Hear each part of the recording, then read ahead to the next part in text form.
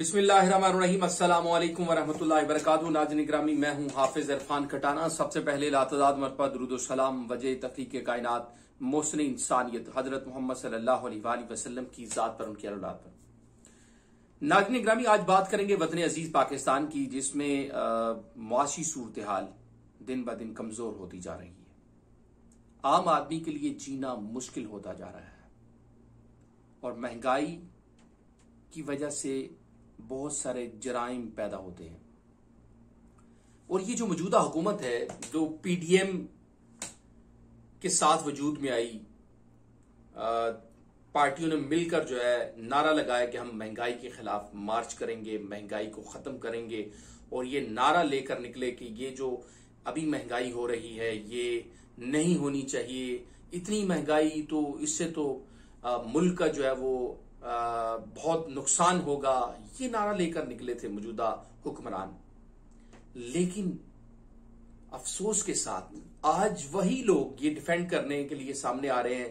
कभी कहा जा रहा है कि आप पेट्रोल का इस्तेमाल ना करें, बड़ी गाड़ियों का इस्तेमाल ना करें, छोटी गाड़ियां इस्तेमाल करें, बड़े लोग पेट्रोल इस्तेमाल करते हैं। कभी कहा जाता है चाय पीना कम कर दें, और जिसकी वजह से इंटरनेशनल बैनुल अक़वामी सतह पे हमें शर्मिंदगी का सामना करना पड़ रहा है।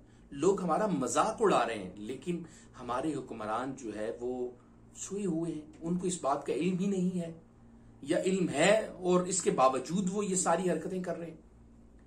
लेकिन मौजूदा सूरत हाल की अगर बात की जाए तो इन हालात में मौजूदा हुकूमत का मजीद वक्त गुजारना बहुत मुश्किल होगा और इनको बहुत सारे इम्तिहानों से गुजरना पड़ेगा।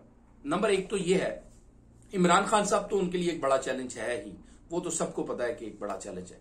लेकिन इसके साथ साथ जो मौजूदा हुकूमत के इत्तेहादी हैं, इस वक्त वज़ीर आज़म शहबाज शरीफ साहब हैं, और उनकी जो इत्तेहादी जमायतें हैं, वो अब जो है वो अंदर से आवाजें आना शुरू हो गई हैं। वो इनके खिलाफ बोलना शुरू हो गए हैं कि जनाब आप तो नारा लेकर आए थे महंगाई के खिलाफ, आम आदमी को रिलीफ देने की बात कर रहे थे, अब क्या हो गया? तो अब जो है मौजूदा हुकूमत के लिए सख्त हालात जो है वो आने वाले हैं। इनको मुश्किल हालात का अब सामना करना पड़ेगा। तो ये जो सारी सूरत हाल अभी सामने बनी हुई है, ये अभी सिर्फ जाती मफादात, अगर इनके जाती मफादात ना होते तो शायद ये इस नौबत पे ना खड़े होते और लोग इनको इस तरह अभी जो है वो बातें ना करते, इनके खिलाफ मुहिम ना चलाते। सबसे पहली बात तो ये बड़ा वाज़ेह नजर भी आ रहा है और हमें ये पता भी चला है कि ये जो अभी पीडीएम का एक सिलसिला जुड़ा है और बहुत सारे लोग जो है वो इमरान खान के दौरे हुकूमत में बीमार पड़ गए थे और बेड पे थे, और ऐसे जैसे अब पता नहीं कब उन्होंने रुखसत हो जाना, अल्लाह पाक सबको जिंदगी दे। लेकिन मतलब इस तरह की सूरत हाल उन्होंने पैदा कर दी थी। लोगों को बता रहे थे कि हम बहुत बीमार हैं। अब जितने बीमार थे वो आज हाक में वक्त बने हुए हैं और आज लोगों को लेक्चर दे रहे हैं, लोगों को बता रहे हैं कि हम जो है वो आपके खैर खा हैं। और दौरों की बात करें तो दौरे जो है वो मुल्क के पैसे से, मुल्क के खजाने से किए जा रहे। इस वक्त दौरे करने की जरूरत नहीं है, बल्कि माशियत को बेहतर करने की जरूरत है। और जो हमारे मुल्क का सियासी निजाम है, आप लोगों से खुदारा मोदबाना, आजाना, मासूमाना गुजारिश की जाती है, इसको बेहतर करें। आपने अपना दुनिया भर में मजाक बना लिया हुआ है। आप जो है वो सिर्फ अपने मामलात को सीधे करने के लिए एक दूसरे को नीचा दिखा रहे होते हैं। मुल्क का क्या हो रहा होता है वो आप इस बात से आपको कोई सरोकार नहीं है। ओवरसीज पाकिस्तानियों की पहले बात की जाती थी, अब जो है ओवरसीज पाकिस्तानियों का नाम नहीं लिया जाता। मैंने बजाते खुद जो हमारे मेंबरान हैं नेशनल असेंबली और सेनेटर्स, उनसे बात करने का जब मौका मिला, जब उनसे बात हुई तो वो तो ऐसे बात कर रहे थे, वो कहते हैं कि ओवरसीज पाकिस्तानी जो है उनको अंदरूनी मामलात का नहीं पता। ये मेरा ख्याल है उनको ये गलत फहमी है। ये वो दुरुस्त फरमा लें कि इसकी दुरुस्ती कर लें कि ओवरसीज पाकिस्तानी जो हैं उनके दिल हमेशा वतन के साथ धड़कते हैं और वो हर बात को आपसे ज्यादा जज कर रहे होते हैं। खैर, आज मैं ये आपको बताना चाहूंगा कि बहुत जल्द जो है वो इत्तेहादी जमातें जो है वो हुकूमत के खिलाफ खड़ी हो जाएंगी।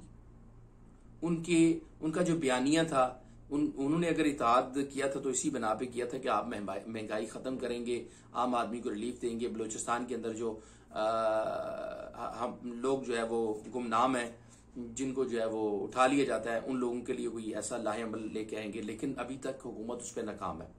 बल्कि सिर्फ और सिर्फ जो अभी है एक दूसरे के ऊपर तनकीद की जाती है। और अभी भी जो हुकूमती निजाम है, बड़े अफसोस के साथ, बजाय ये कि आप मुल्की माशत को, मुल्क को संवारें, बल्कि आप एक दूसरे को टारगेट कर रहे होते हैं, आप अपोजिशन को टारगेट कर रहे होते हैं। आपका ट्रैक होना चाहिए, आप मुल्क के लिए बात करें, आप मुल्क के लिए काम करें। आप जब हुकूमत में आगे, ये अपोजिशन को भी हम ये बात कहेंगे और आप लोगों से भी ये कहेंगे, जब आप हुकूमत में आ जाते हैं फिर मुल्क की बात किया करें।